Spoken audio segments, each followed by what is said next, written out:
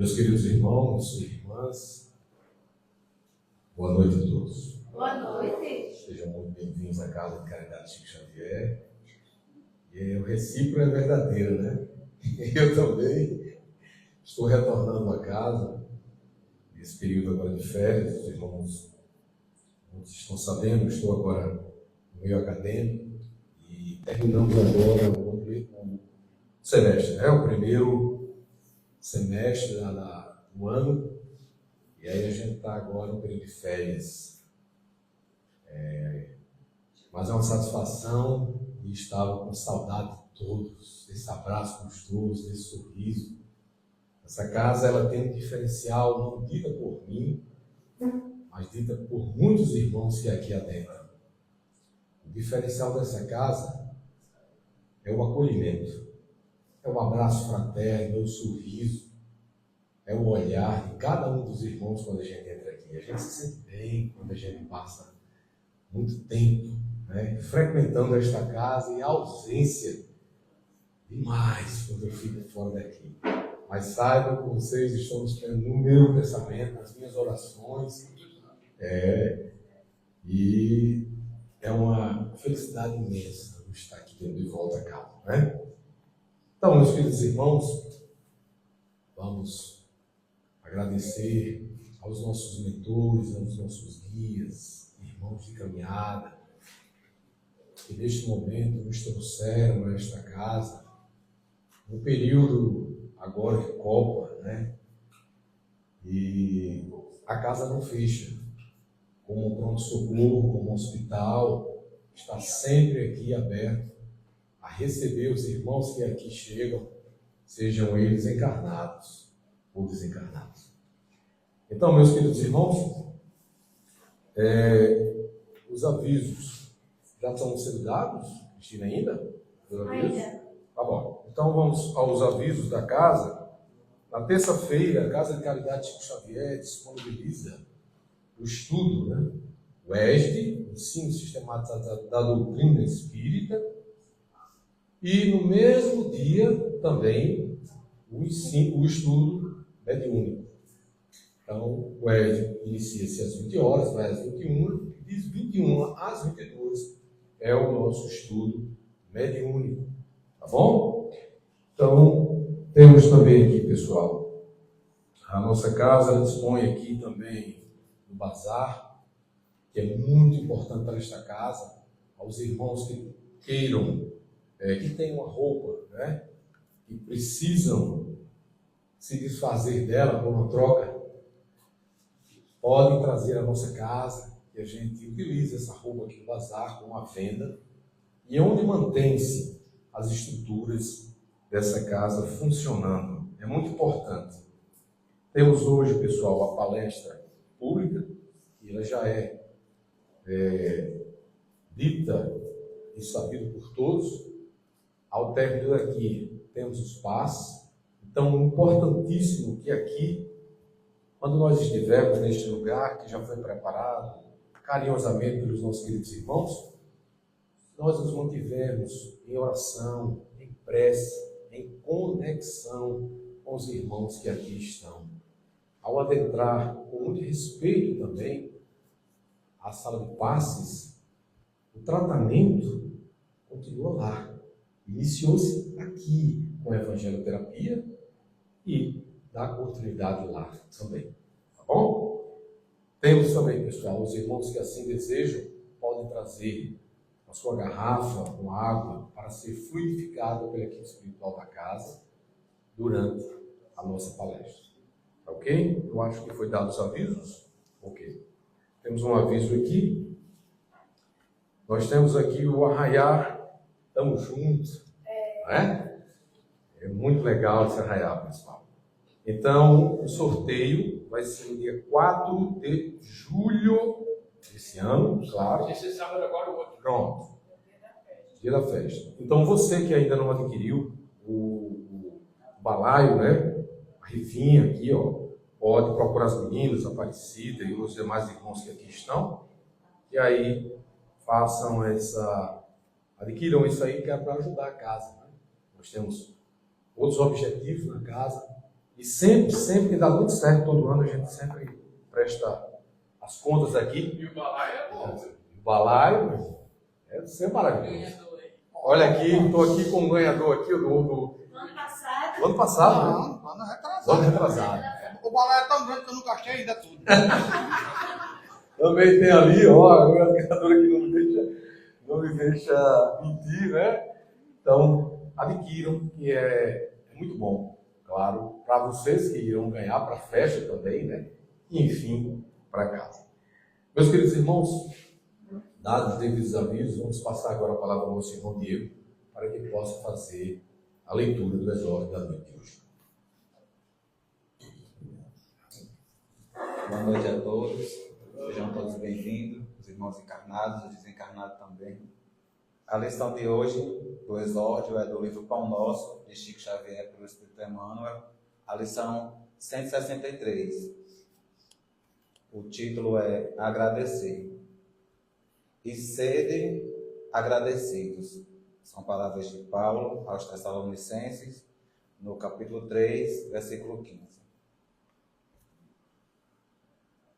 É curioso verificar que a multidão dos aprendizes está sempre interessada em receber graças. Entretanto, é raro encontrar alguém com a disposição de ministrá-las.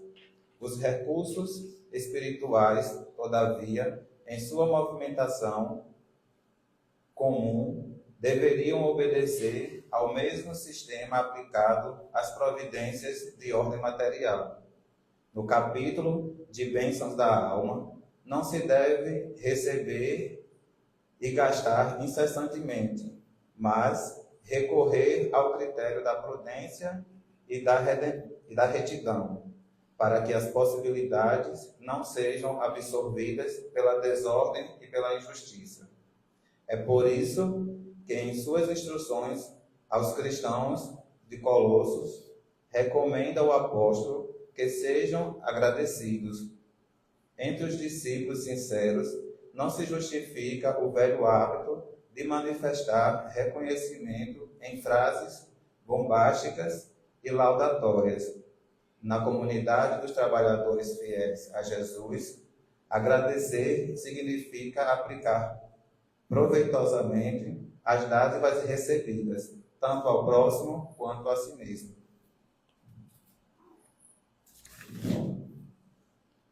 Para os pais amorosos, o melhor agradecimento dos filhos consiste na elevada compreensão do trabalho e da vida,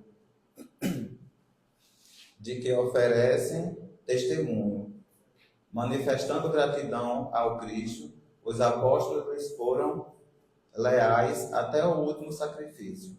Paulo de Tarso recebe o apelo do Mestre e, em sinal de alegria e de amor, serve a causa divina por meio do sofrimento por meio de sofrimentos inomináveis, por mais de 30 anos sucessivos. Agradecer não será tão somente problema de palavras brilhantes. É sentir a grandeza dos gestos, a luz dos benefícios, a generosidade da confiança e corresponder espontaneamente, estendendo aos outros os tesouros da vida. De fato, a lição mostra que nós recebemos alguns dons. Pedimos alguns dons a Deus. Eu quero ter um dom brilhante, eu quero servir para uma coisa magnífica. Aí Deus lhe dá. E é o que você faz com ela? Alguns usam para o bem, outros nem tanto. Se todos usassem os dons que Deus dá única e estritamente para o bem, o nosso planeta já era regenerado há muito tempo. Mas, infelizmente, quando o ego se sobrepõe ao que nos é dado, aí vem a avareza, vem a ganância e muitas outras circunstâncias fazem com que nós não saibamos aproveitar os dons de Deus. Mas que dons são esses? O dom de ouvir o amigo, o parente, o dom de ter a medicina e praticá-la para o bem, não para o mal. Mas praticar a medicina para o mal, sim, para fazer remédios que matam, para fazer, não deixar alguns irmãos a nascer, e dentre outras circunstâncias. Eu, por ser da área da saúde, já vi muitas situações que pessoas usaram a medicina não para curar. Também, Deus vai lá te dar o dom de ser um advogado. Aí tu não legisla para o bem, legisla para o mal.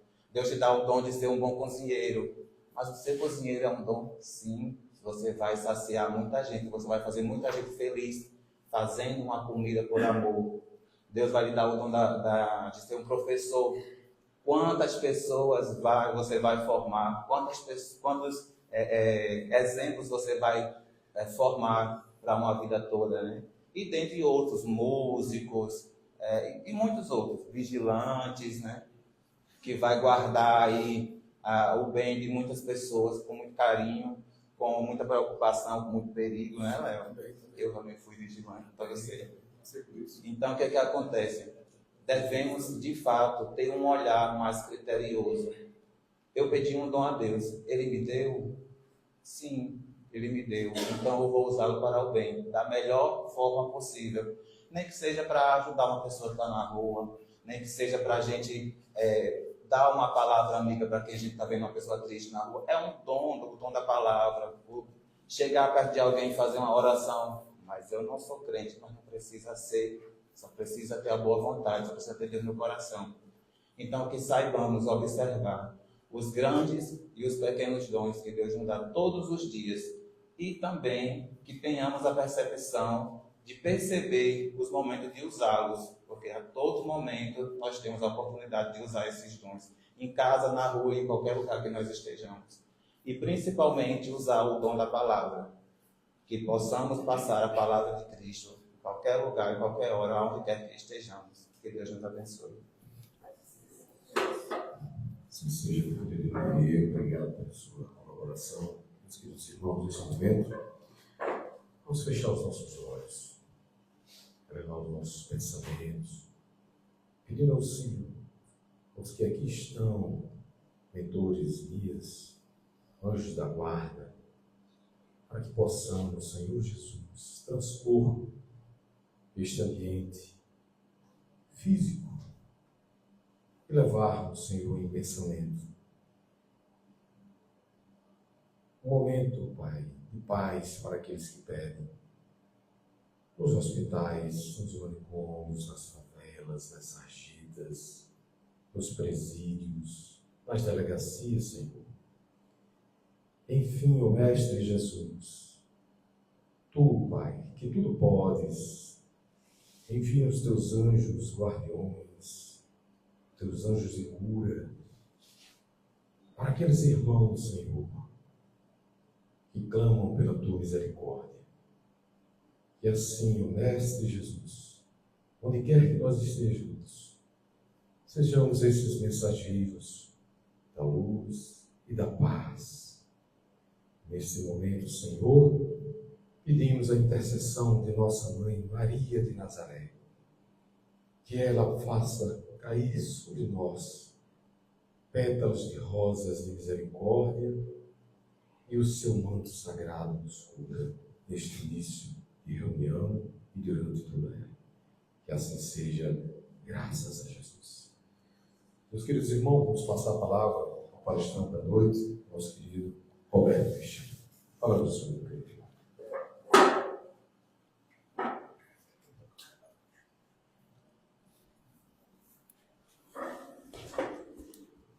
Boa noite a vocês. O tema de hoje estamos começando o capítulo 7, que o título é justamente Bem-aventurados os pobres de espíritos. E aí, na primeira questão, ele já diz o que se deve entender por pobres de espíritos.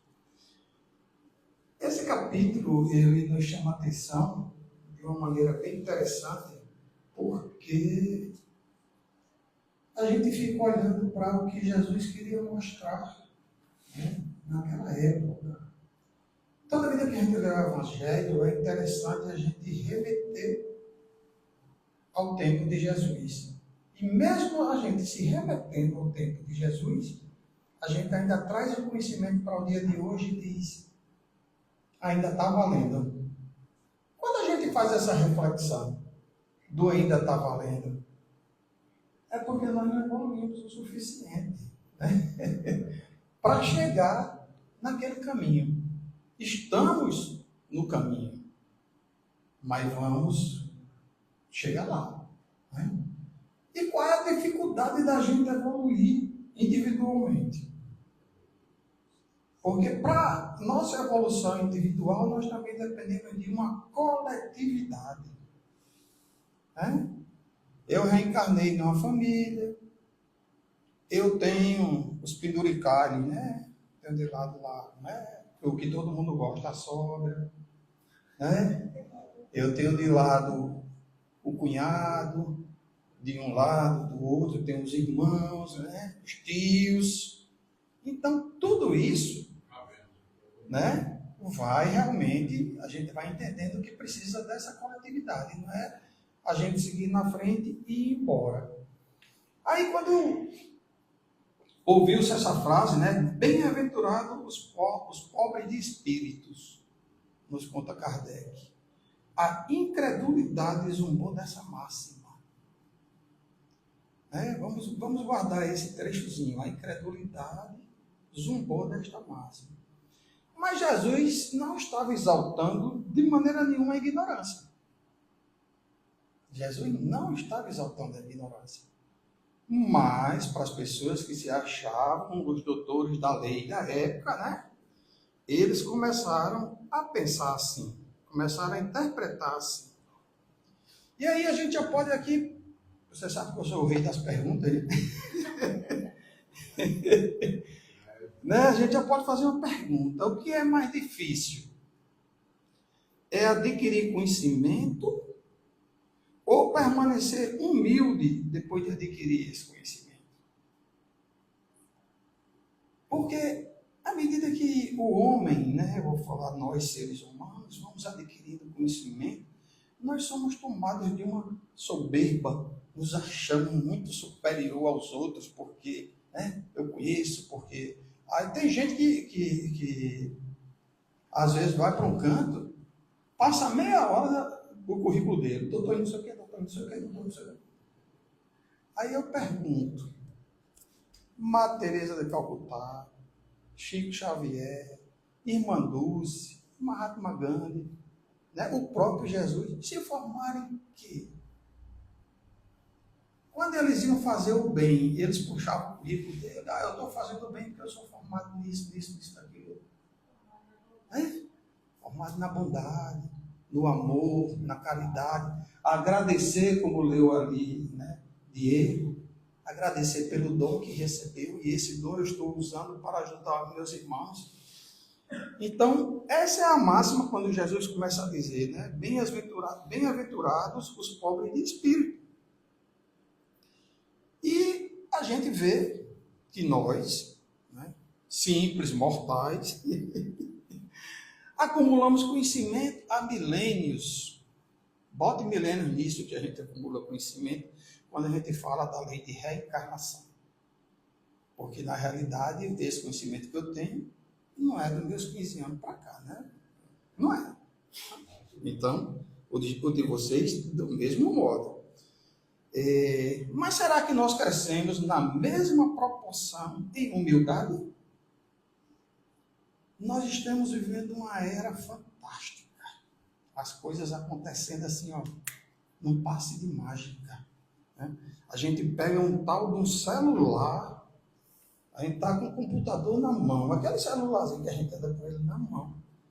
Tem mais informação do que muitas das bibliotecas antigas, famosas, né, por levar todo o conhecimento. Um detalhe, você saía de casa para ir na biblioteca em busca do conhecimento. Aqui é só apertar a tecla, né? Então, o conhecimento está chegando a todos nós, de forma rápida. Como é que nós estamos usando? Como é que nós estamos nos comportando diante de tanto conhecimento? O que é que nós estamos fazendo com ele? Então é isso, e nós estamos mais sábios, né? Será que nós estamos mais sábios? Será que nós estamos mais tolerantes diante de tudo isso? Né? Estamos mais abertos ao diferente? Será que nós estamos mais abertos ao diferente? Ou nós ainda continuamos com aquela soberba lá de quando Cristo falou, aí veio os doutores da lei, né? Dizer que era isso, que era aquilo outro. E o mais importante, nós estamos dispostos a reconhecer os nossos erros. Então, é desses bem-aventurados, desses pobres de espíritos, que Jesus nos chama. Porque nós nos comportamos assim. O tal do orgulho. E o que é que diz o Espiritismo sobre o orgulho? Chaga da humanidade. Olha como nós temos coisas ainda, né? Vamos imaginar que nós somos uma cebola, como nós temos ainda muitas cascas a serem tiradas. Né? E aí, comparando com a cebola, por isso que a gente faz muita gente chorar ainda. Né?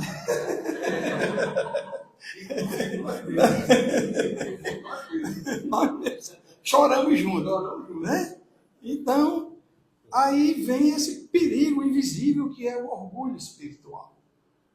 Como é que a gente vai lidar? Como é que a gente vai entender? Para tudo isso que eu estou falando aqui, é fundamental uma coisa, que também já foi dita lá atrás. Conhece-te a ti mesmo. Isso foi dito lá atrás. E aí a gente começa a ver que tem vários tipos de orgulho. O orgulho da riqueza, o orgulho da posição social, o orgulho da beleza. Peraí, qual é o meu lado mais bonito aí? Peraí, esse cara. Hoje, quando vai se tirar foto, é assim, né? Não, meu melhor ângulo é esse, meu melhor ângulo é aquele. Né? Eu fico logo de costa, que é o melhor ângulo que dá para bater uma foto minha. Porque, né? Então, mas existe um orgulho muito mais perigoso, que é esse, que é o orgulho moral e espiritual. E Allan Kardec observa que muitos homens cultos rejeitam Deus porque não aceitam existir algo acima da sua compreensão. O homem culto, ele chegou no limite e não admite que existe uma coisa além da compreensão dele. De que adiantou ele se aculturar para chegar nesse nível? Quando na realidade é o contrário, né? Quanto mais a gente aprender, mais novos horizontes vão se descortinar à nossa frente. Mas será que isso ocorre apenas fora da religião? Né? Então o espírita também pode cair nessas armadilhas. Quando a gente pensa assim, eu conheço a doutrina melhor do que fulano. Né? Eu já estudei até demais, por isso que eu não estou vindo na terça-feira, viu, gente? Eu estudo. Eu creio. Né? E aí a gente diz, não, fulano ainda está muito atrasado. Aí diz, lá no centro se o pessoal me ouvisse, é porque o pessoal do centro não me ouve, mas se me ouvisse, né, era diferente. Então, será que nesse momento a gente não está realmente repetindo o comportamento, né, criticado por Jesus? A gente só mudou o cenário? Aí vem uma reflexão muito interessante sobre isso, que eu peguei na internet.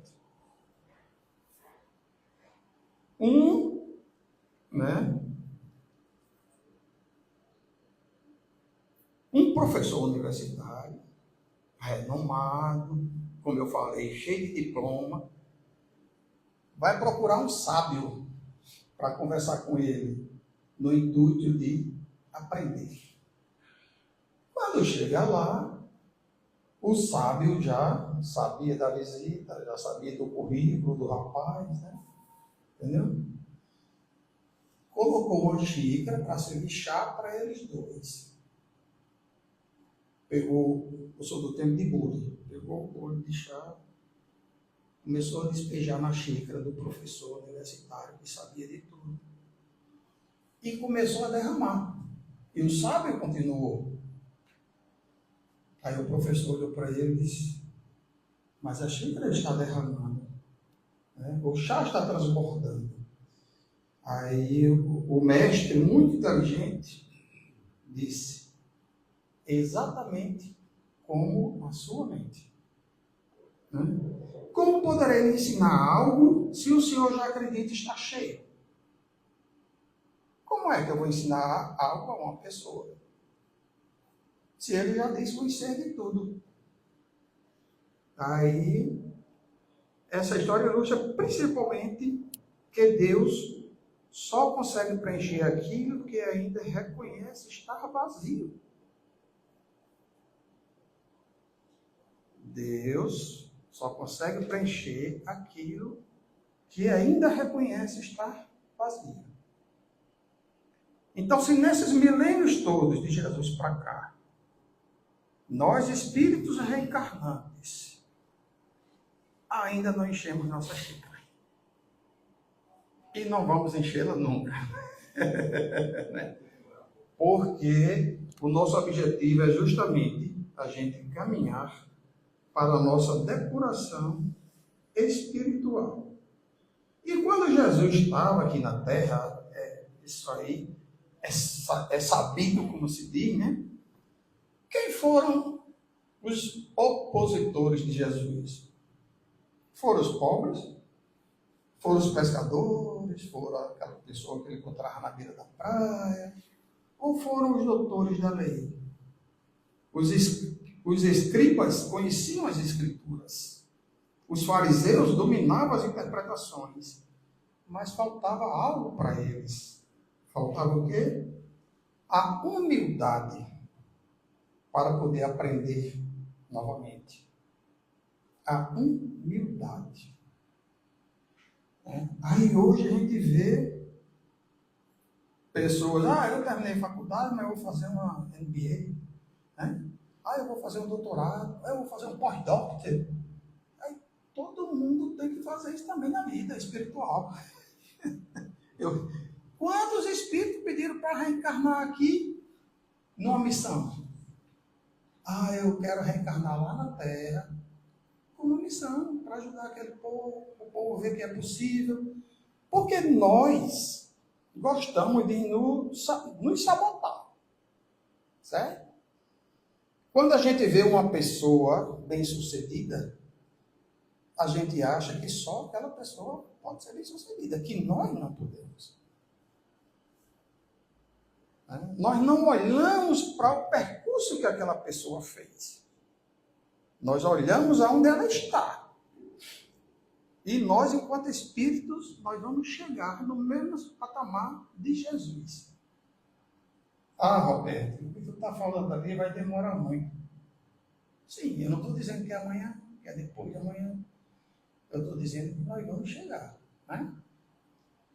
E aí, quando nós chegarmos, vamos ter os mesmos desafios de Jesus. Eu quero ir lá naquele planetinha, eu quero ir lá naquela morada do meu pai, ajudar um, ajudar outro. Entenderam como é coletivo? Né? A nossa projeção de melhoramento. Então, Jesus encontrou o quê? Nas pessoas simples, encontrou um modo de atingir um maior número de pessoas que tinham interesse, que não estavam cheias e queriam ouvi-lo, o intuito de conhecer. Aí a gente começa também a ver hoje uma reflexão interessante. Vamos fazer aqui essa reflexão. Qual dos dois está mais próximo da verdade? Qual dos dois está mais próximo da verdade? O que sabe pouco e deseja aprender? Ou o que sabe muito e acredita já ter chegado? Você conversar com uma pessoa que ela acha que sabe muito é difícil. É difícil. Porque agora eu vou parafrasear um cantor e compositor que ninguém conhece. Ele vai ter aquela opinião formada sobre tudo. Né? Ele vai ter aquela opinião formada sobre tudo e ele jamais vai querer ser essa metamorfose ambulante, completando. Né? Não vai. Porque para ele já se deu por satisfeito. E aí vem o orgulho, aí vem a falta da humildade, eu querer aprender. Então a nossa evolução espiritual depende mais da quantidade de conhecimento ou da capacidade de continuar aprendendo. Porque, olhando para a diretora, se fosse assim, eu faria só, digamos, até a primeira série dizia, não, já completei, meu currículo já está pronto, eu não preciso estudar mais. Né? Quando eu chegar lá no mundo espiritual, que eu desencarnar, eu vou dizer, não, eu já fazia palestra lá na casa do Chico, para que eu ter que reencarnar de novo? Aí eu vou escutar o quê? Acordo para Jesus. A gente vai ter que evoluir, a gente vai ter que seguir. E esse seguir é que vai nos depurando, é isso que a gente tem na cabeça. É esse pobre de espírito que Jesus fala. Aí quando a gente está lendo o Evangelho, a gente vê um personagem lá chamado Nicodemos. Quem era Nicodemos? Primeira coisa que diz lá, um doutor da lei, era um homem influente, era um homem respeitado, era um homem culto, era o Nicodemos. E o que foi que Nicodemos fez? Foi procurar Jesus. Aí vou voltar, vou cutucar não, né? Jesus tinha tido, Jesus era professor, Jesus era o reitor da universidade, Jesus era o quê? Né? Mas Nicodemos foi procurar, né? Porque ele teve uma atitude rara ao procurar Jesus. Então é um homem reconhecido por todos e que admitiu que ainda precisava crescer.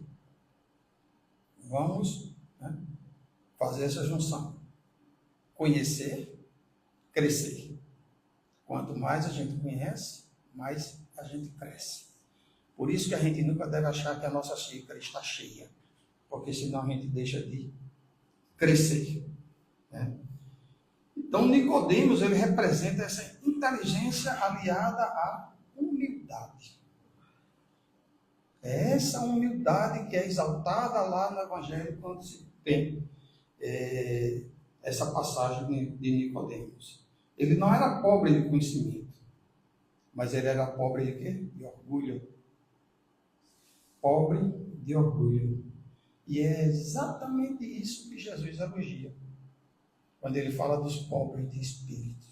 É esse olhar que Jesus nos mostra nessa passagem do Evangelho.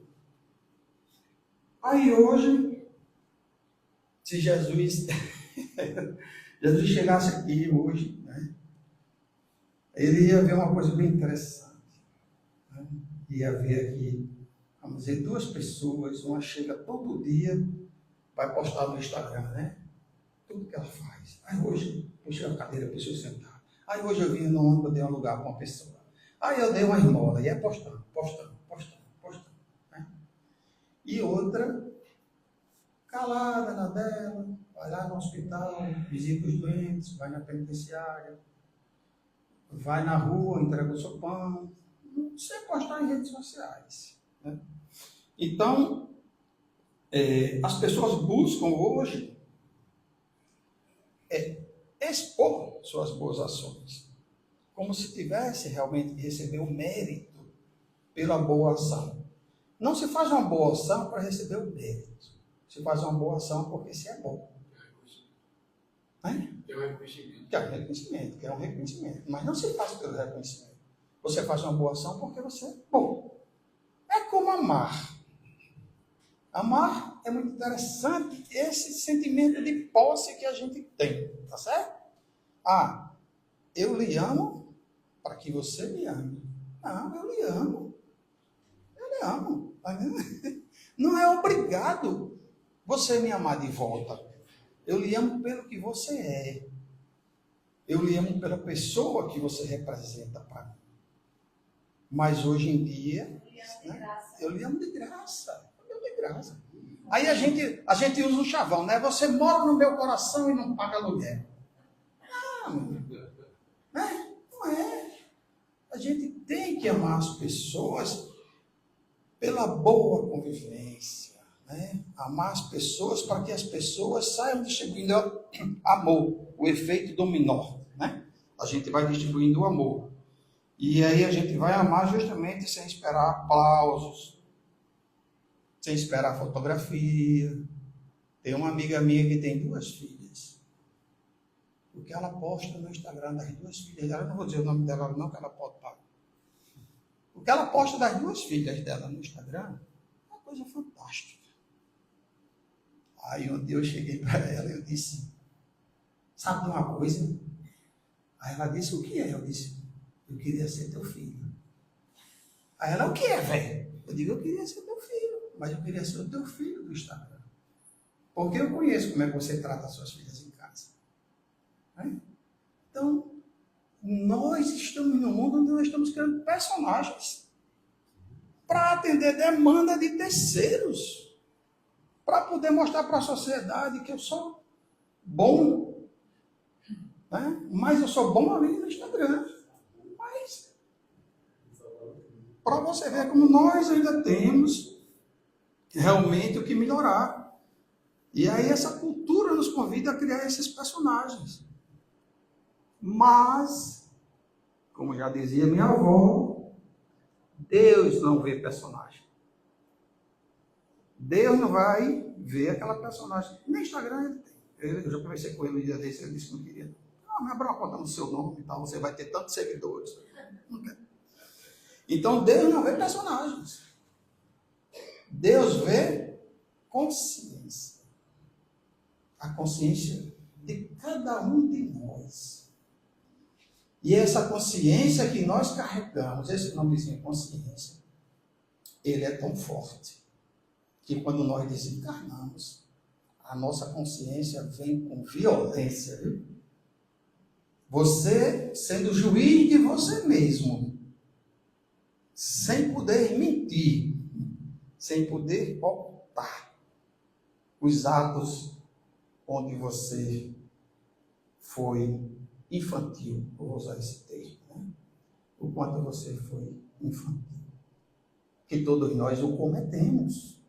No decorrer da nossa evolução espiritual, nessa encarnação de criança até o ponto que a gente está chegando, cometemos atos infantis.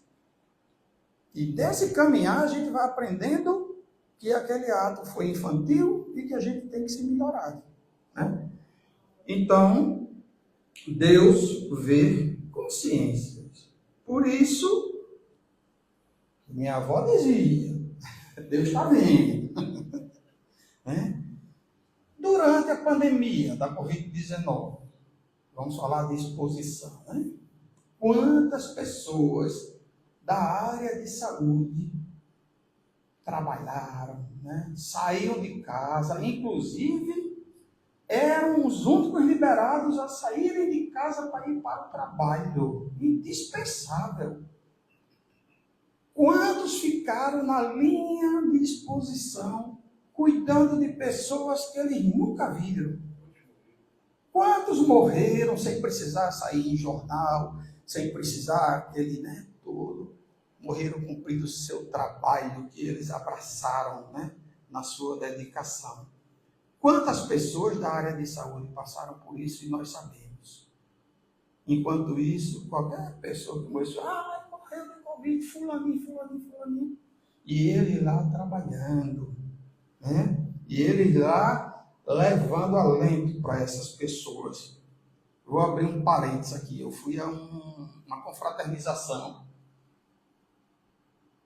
Tinham 43 enfermeiros aposentados do Volfredo nessa confraternização. E eu estava sentado lá, com ele no churrasco, e eu fiz o seguinte comentário. Eu disse, vocês não têm ideia de quantas vidas tem salvo aqui no meio de vocês.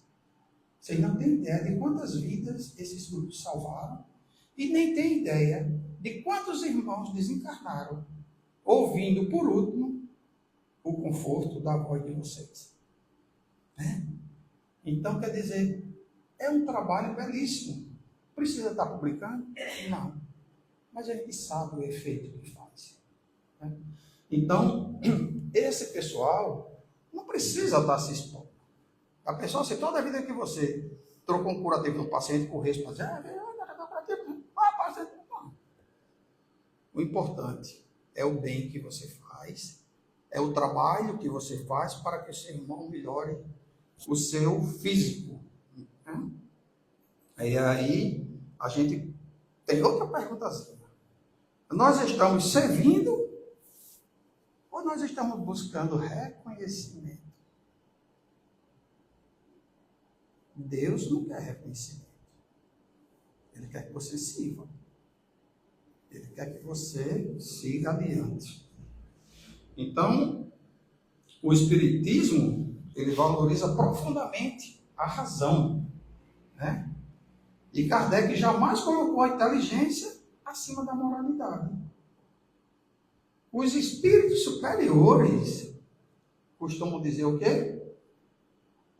Aquela máxima, né? O verdadeiro espírita se reconhece pela sua transformação moral. É fácil? Não. Não. Eu fico brincando. Eu ainda trabalho. No meu trabalho a gente estuda bastante. E nós temos prova. Né? Temos aulas, temos prova. Aí quando termina a aula, às vezes, o pessoal que está, né, repassando a aula diz alguma dúvida. Eu digo só na prova. Só na prova. Na prova não tem dúvida. Mesmo assim é quando nós reencarnamos. Traçamos o nosso roteiro. Olha, eu quero encontrar com fulano, com fulano, com fulano, com fulano, com fulano. Aí vamos dizer que o mentor espiritual chega para lhe dar aquele siga adiante. Alguma dúvida? Você vai dizer, não. Só quando eu tiver de lá dentro. Aí quando eu chegar lá. Né? Então não se conhece um espírita pelo número de livros que ele lê, não pela memória, não pela capacidade de argumentar, mas pelo bem que ele faz, pela humildade que ele carrega. Não é aquela humildade falsiena, né? Não é aquela humildade, mas a humildade. E aí a gente pergunta, eu tenho me tornado mais paciente? Depois que eu comecei a estudar a doutrina espírita, eu tenho sido mais paciente, eu tenho sido mais tolerante, né? Eu tenho amado mais. Beleza. Porque uma coisa mudou. Antigamente, né, o pessoal dizia o quê? Quantas guerras foram cometidas em nome de Jesus, de Deus? Não, eu vou matar, porque Deus mandou, porque eu sou o representante de Deus. Né? E aí, as coisas vão mudando, a gente vai entendendo o sentido do amor. Quantas vezes as pessoas batiam no outro, dizendo, não, eu estou batendo porque eu lhe amo. Onde é isso? Não, eu lhe amo, mas eu vou bater em você. Aí hoje, quando se bate numa pessoa, já sabe todo mundo que não é por amor. Já se tomam outras providências. Então eu estou sendo mais fraterno. E aí essas coisas que a gente tem que entender. Por isso que o Espiritismo nos convoca a estudar. Gente, o Espiritismo é estudar.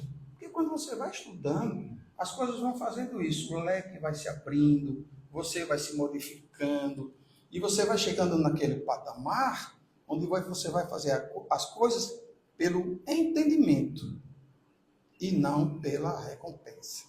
Né? E aí, quando ele vem falar da grande lição do Espiritismo, que é a reencarnação, eu adoro usar essa frase, né? Que o Espiritismo matou a morte. A reencarnação é uma das maiores escolas de humildade. Por que ela é uma das maiores escolas da humildade? Porque ela nivela todas nós. Eu desencarnei, eu vou reencarnar. Um pobrezinho, financeiramente, vamos dizer, né, nas escalas sociais que nós temos, desencarnou, ele vai ter o mesmo direito da reencarnação. Um milionário vai ter o mesmo direito da reencarnação. E cada um vai colher o que plantou. cada um vai ser a sua mochila, o seu bizarro, com o que ele colocou. Então, se hoje nós somos professores, quem sabe se ontem nós não fomos alunos, né? Se hoje nós orientamos, sabe que nós somos orientados? Nós temos saúde hoje. Vamos agradecer. Né? O que diz a leitura? É bom, poxa, você tem saúde hoje. É bom demais. Vamos agradecer. Você agradece?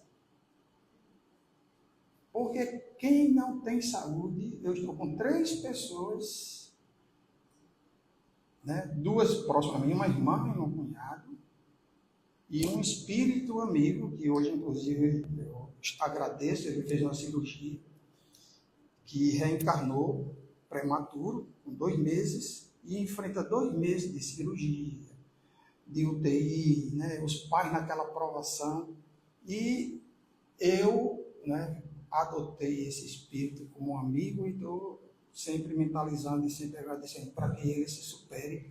E fico admirado de ver 2 coisas. Como a medicina evoluiu para nos manter, né, vivos de todas as maneiras, cada vez mais capacitado, medicina e tecnologia, e como a espiritualidade trabalha para que cada um passe pelo seu aprendizado. Porque aquele espírito, todos os 3 estão passando pelo seu aprendizado. Todos nós estamos passando, né? Se hoje nós ocupamos posição de destaque, amanhã talvez a gente precise até de auxílio.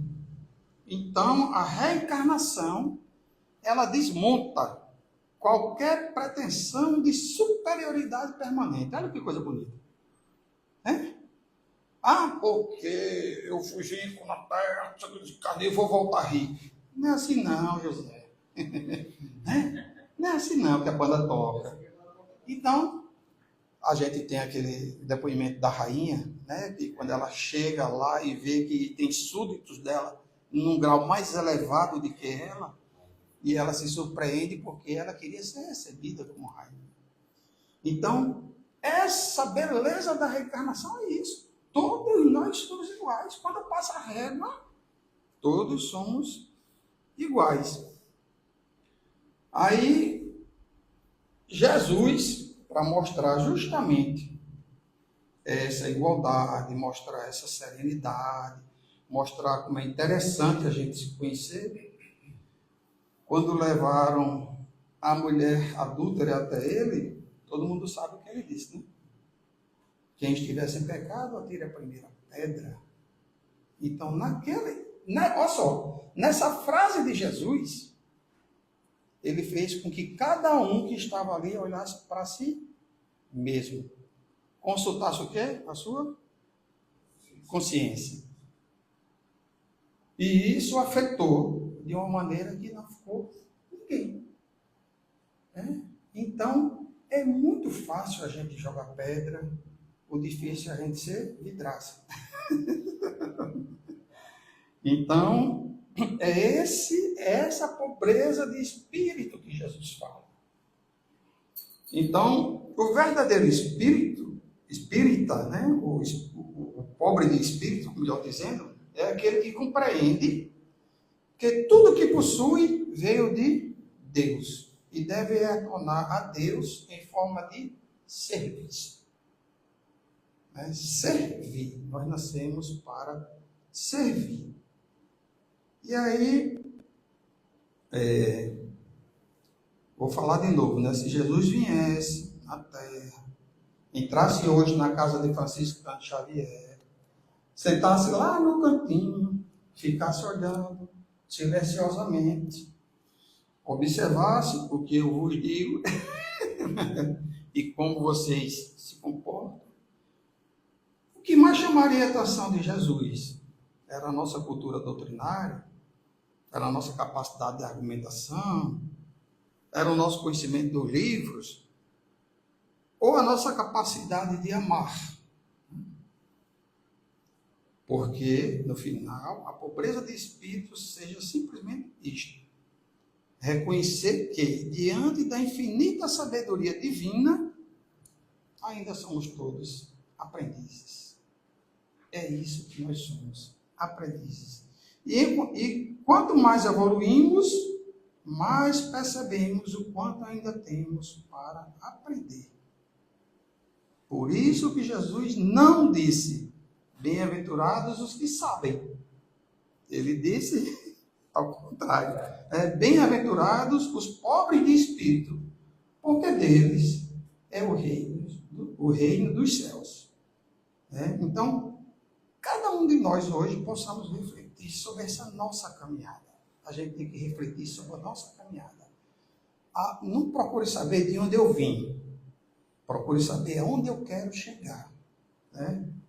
E aí, para a gente levar uma perguntinha para casa.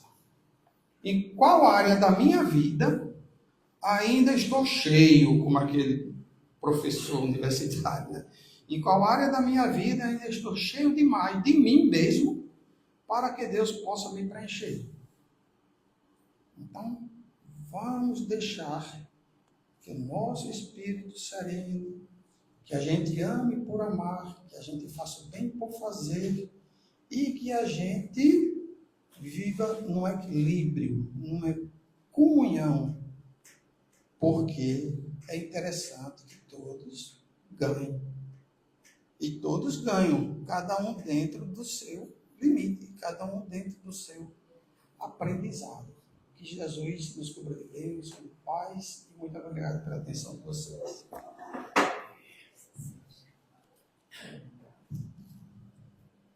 Meus queridos irmãos, nós que aqui agradecemos a espiritualidade da presença do nosso querido irmão Roberto Teixeira, trazendo para nós as reflexões, só dando um acréscimo ao nosso querido irmão a palavra, se o irmão me permite, Eu quero aprender. O maior presente, isso, o maior presente, e a maior prova de amor que Deus tem por nós, é como o irmão Roberto aqui falou, é a reencarnação. Porque ali Ele nos está nos dando a oportunidade de reiniciarmos. Essa é a maior prova de amor que Deus nos assegura. Nunca Ele bota um ponto final, mas sim uma reticência. Continua e continua. E para isso, Emmanuel fala para Chico, disciplina e disciplina. Meus queridos irmãos, mais uma vez, agradecidos estamos aqui, nesta casa que nos acolhe com muito amor e muito carinho. Aos mentores que aqui nos trouxeram carinhosamente, aos guias e irmãos de caminhada, a equipe do irmão Bezerra de Menezes e toda a sua falange amiga, ao querido Chico Xavier, a ti, ó Mestre Jesus, pela oportunidade de estarmos aqui, Senhor, neste banquete de luz, ceando contigo. E assim, Senhor, possamos encerrar a reunião da noite de hoje com a tua permissão, com as bênçãos de nossa mãe, Maria de Nazaré. Que assim seja, e o nosso muito obrigado. Meus queridos irmãos, assim que queiram, por gentileza, pode formar a fila.